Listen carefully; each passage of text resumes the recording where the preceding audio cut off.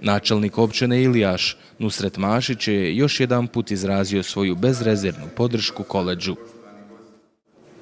Pa evo ja u ime lokalne zajednice, na čijem području egzistira i radi ovaj koledž, želim još jedan put zajednički da vas sve poselamim.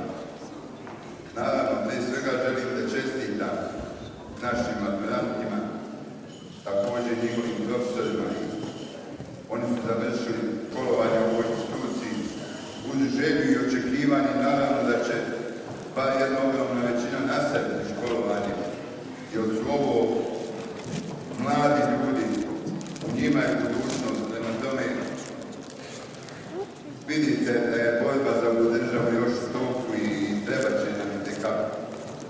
Ja želim naravno da izrazim svoje zadovoljstvo što danas već bez dileme i sumnje možemo konstatovati da je Terzinsko-Bosanski koledž izrastao u jednu respektabilnu obrazovnu instituciju.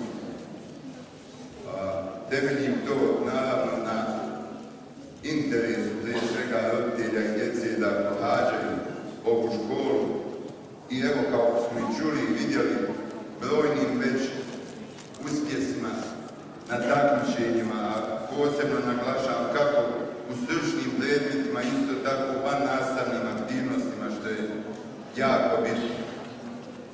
Mi smo jako zainteresovani kao lokalna zajednica, naravno, za dalji razvoj ovog koledža. Tim prije mislim da smo otklonili one početne prepreke više tehničke prirode kad je u pitanju prostorna regulativa. Mi želimo da se ovaj koledž, naravno, dalje razvija, u tom smislu ćemo nastaviti i ja bih evo sjednju uspješnu zaradnju i davati punu podršku kako bi ovaj koledž ispunio sve planove